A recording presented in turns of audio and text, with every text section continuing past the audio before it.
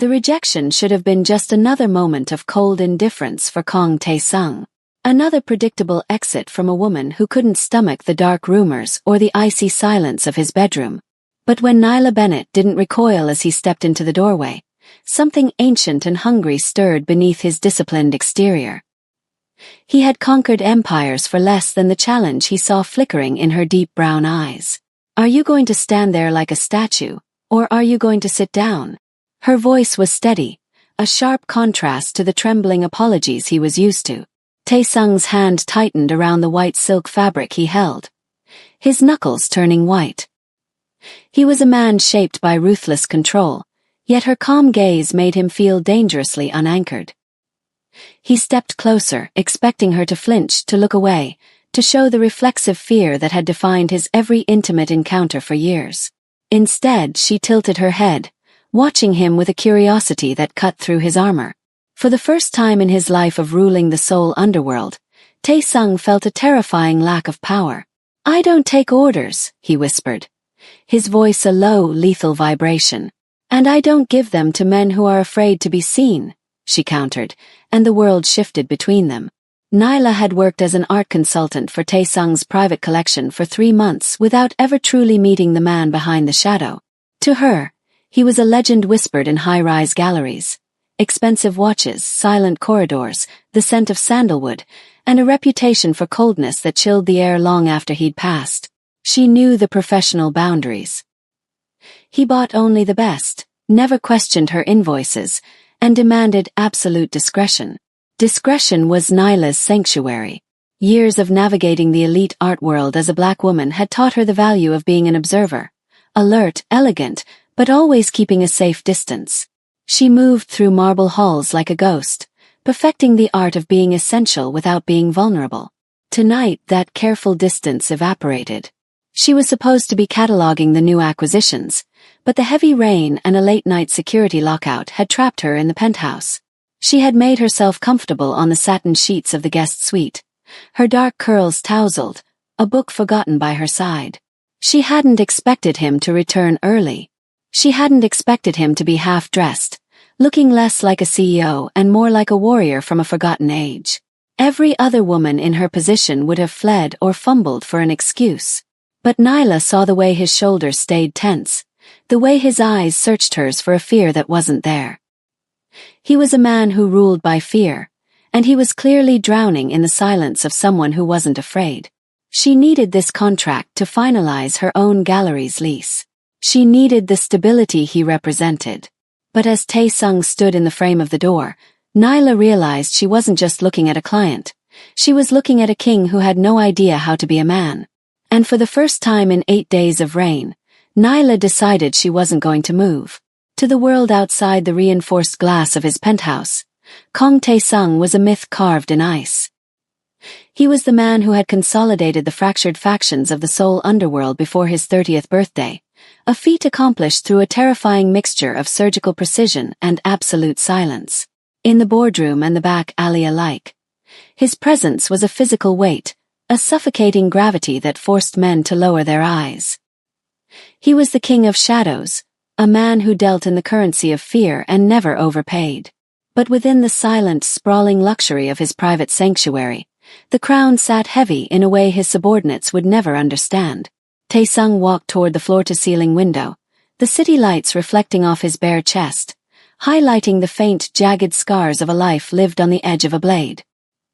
He looked at his reflection and saw a weapon, highly polished, lethally efficient, and profoundly alone. The history of his private life was a series of closed doors. There had been many women, daughters of business allies, starlets seeking the thrill of danger, women who claimed to want the man behind the legend. But the legend was all he knew how to be. In the rare, vulnerable moments behind silk sheets, his intensity was too much. His touch, though disciplined, carried the ghost of the violence he commanded. He had seen it time and again, the way their eyes would eventually dart toward the exit, the way they would shrink from his shadow as if they realized, too late, that they were trying to tame a hurricane. The most recent rejection still tasted like ash. A woman of high status had told him, her voice trembling, that being with him felt like being interrogated by a ghost. You don't know how to be present, Tae-sung, she had whispered before leaving. You only know how to occupy space. He had accepted these failures as the price of his throne. He had built an empire to ensure he would never be weak, only to find that his strength had become a wall no one could climb. He had become a man who could order a city to its knees but couldn't keep a woman in his bed until morning. He turned away from the window, his gaze falling back on the guest suite where Nyla Bennett sat. She was the first person in years who hadn't looked at him as a monster to be feared or a prize to be won. She looked at him as a problem to be solved. As he stood there, the white fabric still clenched in his hand, the silence of the penthouse felt different. It wasn't the hollow quiet of a tomb anymore. It was the charged, heavy stillness that comes before a storm breaks. For the King of Shadows, the darkness was no longer a refuge. It was a challenge. Nyla didn't move as Tae-sung entered the room, though she was acutely aware of the shift in the air. The atmosphere in the penthouse always felt like a tightly coiled spring, but with him standing there, bare-chested and radiating a dark, restless energy, the tension became a living thing. She remained reclined against the headboard, the white satin sheets pooling around her waist like liquid silver. Against the pale fabric, her deep brown skin glowed with a soft mahogany luster, a striking defiance to the cold, monochromatic luxury of his world. She watched him with a steady, contemplative gaze that should have belonged to a judge, not a guest. Tae-sung was used to women who performed for him, women who giggled to mask their nerves or pretended to catch his favor. Nyla did neither. She looked at him the same way she looked at the priceless Joseon-era porcelain in his foyer, with a keen eye for detail and an unwavering search for the truth beneath the surface. Her long, dark curls fell over one shoulder, a chaotic, natural contrast to the sharp, geometric lines of his face and the rigid discipline of his physique. "You're late, Mr. Kong," she said softly. Her voice wasn't a challenge, but a simple observation of fact. "And you look like a man who has spent the night fighting ghosts." Tae-sung stiffened. No one spoke to him with such casual intimacy, let alone pointed out the weariness he fought so hard to hide. He was the master of this domain, yet Nyla's presence made him feel like an intruder in his own home. She had been here for 3 months as a consultant, a ghost in his halls, but tonight she was an anchor. She sat in the center of his private space, draped in his sheets, looking not like a conquest, but like a woman who was perfectly comfortable in the presence of a predator. He noticed the book beside her, a thick volume on ancient architecture, and the way her eyes lingered on his scars without the usual flicker of disgust or morbid fascination. It was a look of curiosity, yes, but it was edged with a deliberate distance, a boundary she had drawn that he couldn't simply buy or bulldoze his way through. "The rain caused delays," he replied, his voice regaining its habitual gravelly edge. He took a step toward the bed, his shadow stretching long across the silk. "I didn't expect to find you in my quarters. The locks are biometric and the power surged." "I'm trapped, not trespassing," Nyla countered, finally sitting up. The movement was fluid, graceful, and entirely devoid of fear. She met his sharp, narrow eyes with a look that was layered with unspoken emotion, a mixture of desire and a very clear warning that she was not to be handled. "But if you'd prefer I wait in the hall, I can find a cold marble floor to occupy." Tae-sung held his hand. For the first time, the King of Shadows found himself wanting to see what would happen if he didn't give a command. He wanted to know why this woman, who had every reason to be invisible, chose to stand so vibrantly in the light. Tae-sung took a final step, his presence looming over the edge of the bed like a storm cloud moving over a calm sea. He felt the familiar urge to reassert the hierarchy that had been the foundation of his existence since he was a boy in the gutters of Busan. He reached out, his large, calloused hand moving toward her chin, intended to tilt her face upward, a gesture of ownership, a silent command for her to acknowledge his status. But before his fingers could graze her skin, Nyla leaned back just an inch. It wasn't a flinch of fear. It was a deliberate denial of access. She looked at his hand, then back up into his eyes, her expression remaining as unreadable as the art she curated. "Is that the only way you know how to communicate, Tae-sung?" she asked, her voice low and smooth. "Through silence and touch that demands submission." Taesung's hand froze in midair. The use of his first name without his title was a puncture wound to his carefully maintained armor. He felt a flash of irritation, the instinct to growl a warning, to remind her exactly whose roof she was under. But as he looked at her, he realized that his usual methods, the cold stares, the looming physicality, were sliding off her like rain off glass. "I am used to being obeyed," he said, his voice a rough vibration in the quiet room. He slowly lowered his hand, his fingers curling into a fist at his side. "In my world, silence is a sign of respect."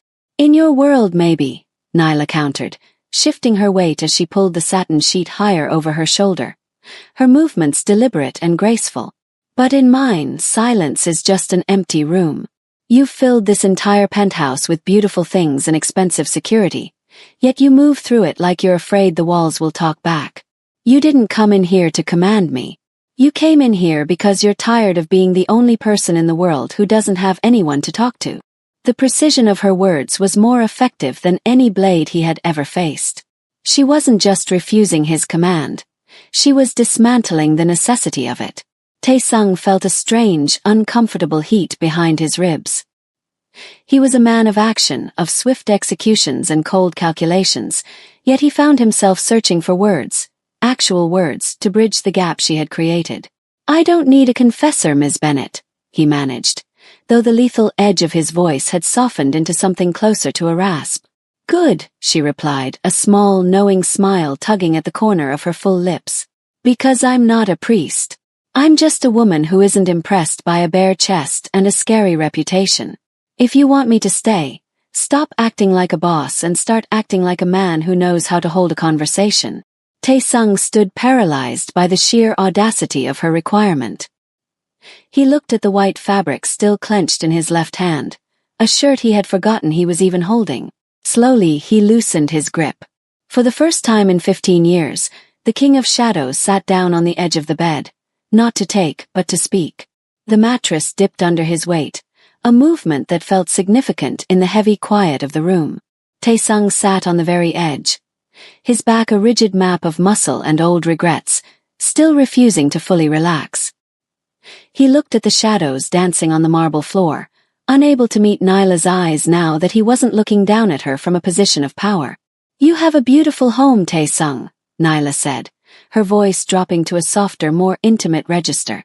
She reached out, her fingers trailing lightly over the silk sheets, but her gaze remained on him. "But it isn't a home, is it? It's a tomb. A very expensive, very sterile vault designed to keep the world out, and you in." Taesung flinched, the words striking a nerve more sensitive than any physical wound. He looked around the room, seeing the cold perfection she described. The high-end finishes, the silent security, the lack of any personal clutter. It was a masterpiece of isolation. "I built this to be safe," he rasped, his voice sounding thin even to his own ears. "In my life, walls are the only things that don't betray you." "Walls don't just protect, they preserve," Nyla countered. "You've preserved yourself so well that you've forgotten how to breathe air that hasn't been filtered through a security system. You think the women before me left because they were afraid of your world. Maybe. But I think they left because they couldn't find a heartbeat in this museum of yours." Taesung finally turned his head, his sharp eyes searching hers. For the first time, he didn't look like a boss. He looked like a man who had lost his way in his own castle. He slowly reached up, not to grab her, but to trace a long, jagged scar that ran from his collarbone down toward his ribs, a mark usually hidden by the finest Italian silk. "This one," he whispered, his fingers trembling slightly, "was from my own brother, for a seat at a table I didn't even want yet. And this one," he pointed to a smaller mark on his forearm, "was for a lesson in silence I learned when I was 10. He let out a breath he seemed to have been holding for decades. The broken parts were finally laid bare, not as trophies of war, but as evidence of a profound loneliness. "I don't know how to be present, Nyla. I only know how to survive the next 10 minutes. Everything else is just noise." Nyla didn't pull away. Instead, she moved closer, the scent of her cocoa butter and warmth cutting through the cold bergamot of the room. She didn't offer pity, she offered a witness. For the first time, the King of Shadows felt the walls of his tomb begin to crumble, replaced by the terrifying, exhilarating light of being understood. The following night, the rain had tapered off into a silver mist that clung to the neon-lit streets of Seoul. Tae-sung didn't call for his usual armored convoy. Instead, he drove himself, his knuckles white against the leather steering wheel of a car that felt too fast and too loud for the quiet transition he was attempting. Beside him, Nyla remained silent, her presence a grounding force that smelled of vanilla and rain.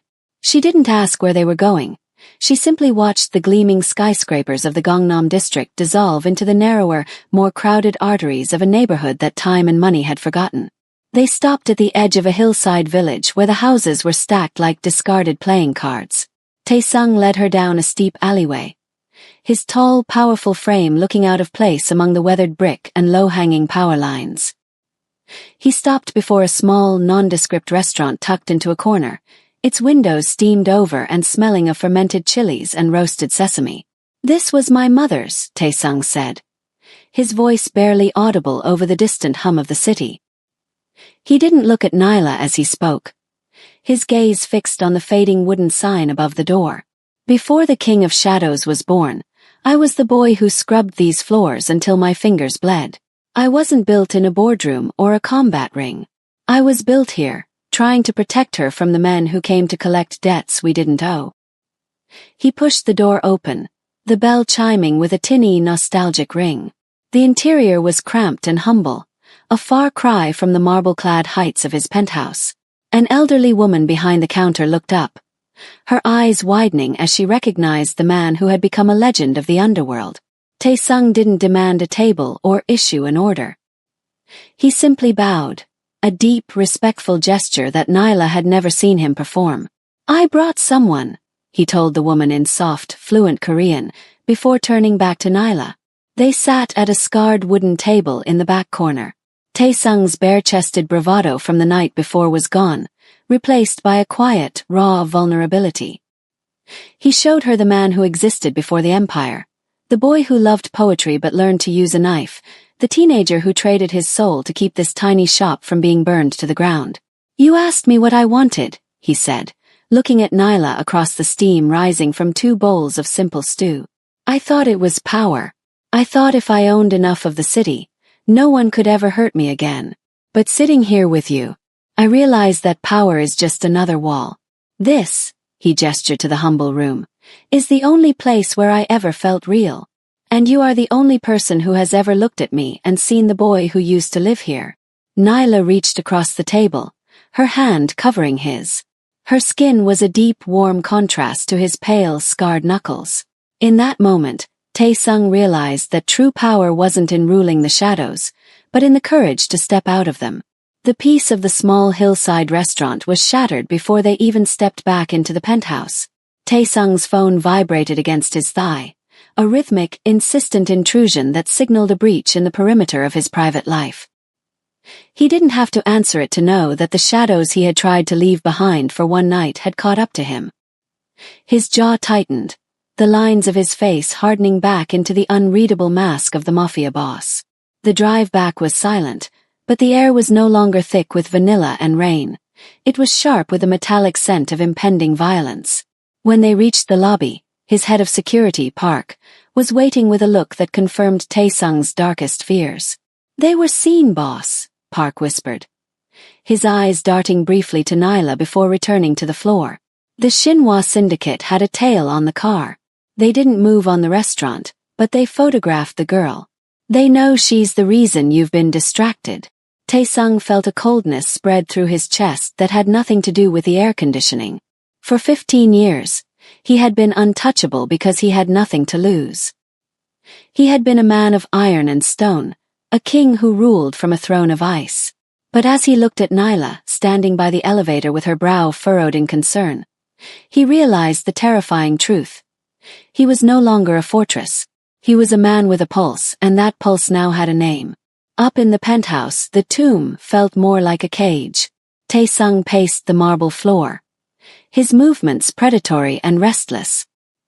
He watched the surveillance feeds on his wall, monitors showing the dark streets below where his enemies were undoubtedly circling, waiting for a crack in his resolve. "What is it?" Nyla asked, her voice cutting through his spiraling thoughts. She walked toward him, but he instinctively stepped back, the old habit of isolation snapping back into place. "You need to leave, Nyla," he rasped. His eyes fixed on a black sedan idling 3 blocks away on the monitor. "They saw us. They saw me look at you in a way I've never looked at anyone. In my world, that isn't a romance, it's a target." He realized then that his greatest failure wasn't the rejections in his bed. It was the fact that by opening his heart, he had painted a bullseye on the only person who had ever truly seen him. His invisible heart was now exposed, and the men who wanted his crown were already sharpening their knives to cut it out of him. The King of Shadows looked at the woman he was beginning to love and felt the paralyzing weight of a new kind of fear, the fear that his darkness would eventually swallow her whole. Tae-sung moved with the cold, rhythmic precision of a man preparing for war. In the center of his dressing room, he began to arm himself, the click of a Beretta's magazine and the subtle weight of a ceramic blade tucked into his boot being the only sounds in the suite. His eyes were flat, the warmth of the hillside restaurant extinguished by a familiar icy resolve. To protect Nyla, he was ready to burn the city. He was ready to remind the Shinhwa Syndicate why he was the King of Shadows, even if it meant burying his soul under another mountain of bodies. "So that's the answer." Nyla's voice cut through the silence, sharp and clear. She stood in the doorway, her arms crossed over her chest, watching him transform back into a weapon. "You're going to go out there and prove them right. You're going to show them that the only thing you know how to do is destroy." Tae-sung didn't look up as he pulled on a black tailored jacket, his movements stiff. "They threatened you, Nyla. In my world, there is only one language for a threat like that. Violence is the only thing they respect." "Violence is the easy way, Tae-sung," she countered, stepping into the room. She didn't stop until she was standing directly in front of him, forcing him to meet her gaze. "It's the language of a man who's afraid to use his mind. You told me you wanted to be more than a legend. You told me you wanted to be real. A monster isn't real. It's just a nightmare people eventually wake up from." Tae-sung's jaw worked, his pulse drumming against the collar of his shirt. "If I don't strike, they will think I am weak. If they think I am weak, they will take you to get to me. Then don't be weak. Be brilliant," Nyla whispered, her hand reaching out to steady his trembling fingers as they gripped the edge of the dresser. "You own half the ports in this city. You have the leverage to ruin them without firing a single shot. Use the power you built to build a wall they can't climb, but don't do it with blood. If you go out there and become that monster again, you won't be protecting me. You'll be killing the man I finally started to know." Tae-sung looked down at his hands that knew how to break bones but were just learning how to hold hers. The choice hung between them, heavy and suffocating.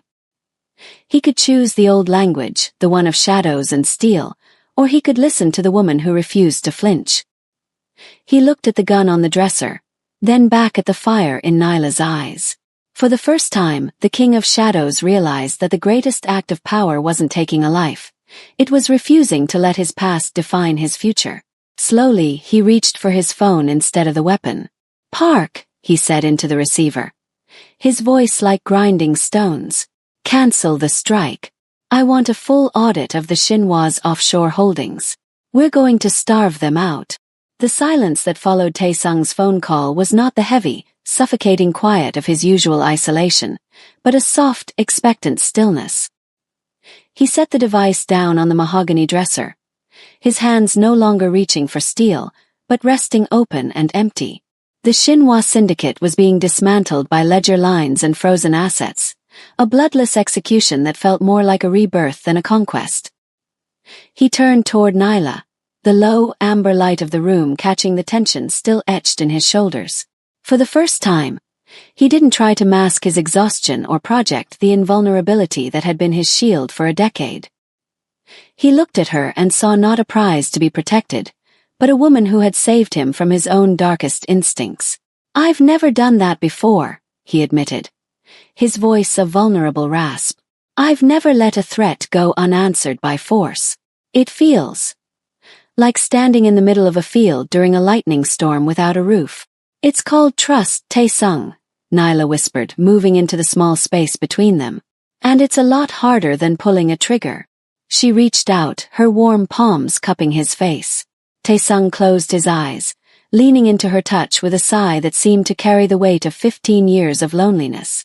The curse that had haunted his bed, the recoil of women who sensed the monster beneath the skin, was nowhere to be found. Nyla didn't flinch. She didn't look for a way out. She moved closer until her forehead rested against his, her breathing rhythmic and steady. When they eventually moved toward the bed, the dynamic had shifted completely. There was no calculated dominance, no performance of power. Tae-sung let himself be led, his movements slow and tentative, as if he were learning a language he had only ever heard whispered from a distance. For the first time in his life, he wasn't occupying space or commanding a body. He was sharing a soul. In the intimacy of the dark, with the city lights shimmering like distant diamonds through the glass, the King of Shadows finally found what he had lacked. It wasn't in the strength of his grip or the discipline of his body, but in the moment he allowed himself to be seen in his entirety. The scars, the fear, and the hope. As Nyla held him, her deep brown skin a warm sanctuary against his own, the coldness that had defined his existence finally thawed. He wasn't a legend or a boss. He was a man finally accepted, finally home. For the first time, Tae-sung didn't wake up in a tomb. He woke up in the arms of the woman who had changed everything. 3 years later, the morning sun over Seoul didn't feel like a spotlight on a crime scene. It felt like a blessing. Tae-sung stood on the balcony of a new home, one with floor-to-ceiling windows that stayed unlocked and rooms filled with the scent of Nyla's jasmine tea instead of sterile sandalwood and cold bergamot. The transition had been a slow, grueling climb out of the abyss. He had systematically dismantled his underworld holdings, converting them into a chain of global logistics hubs and high-end galleries that Nyla managed with the same calm brilliance she had used to save his life. The King of Shadows was a ghost story told in the back alleys of Busan now, a name that carried the weight of history rather than immediate terror. Tae-sung looked down at his hands. They were still strong, still calloused, but they were no longer clenched in the permanent white-knuckled grip of a man waiting for an assassin. He was a man who paid taxes, who mentored young artists, and who walked through the city without an armored convoy. He heard the soft padding of feet behind him. Nyla appeared at his side, leaning her shoulder against his. Her skin glowed in the early light, a rich, deep mahogany that still made his heart skip a beat after 1,000 mornings. She didn't look at him with the guarded curiosity of their first night.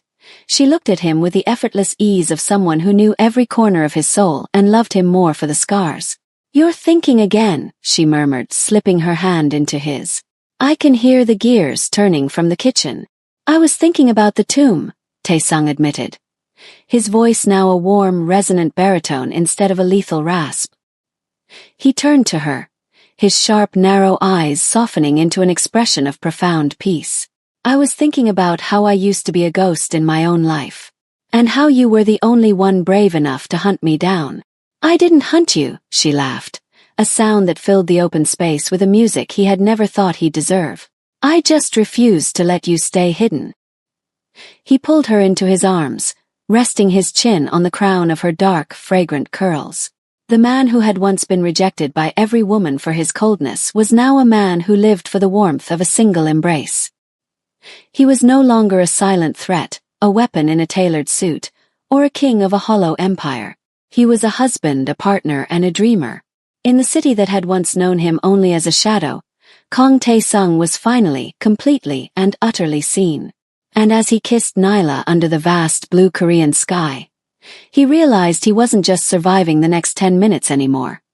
He was living a lifetime. He was finally home.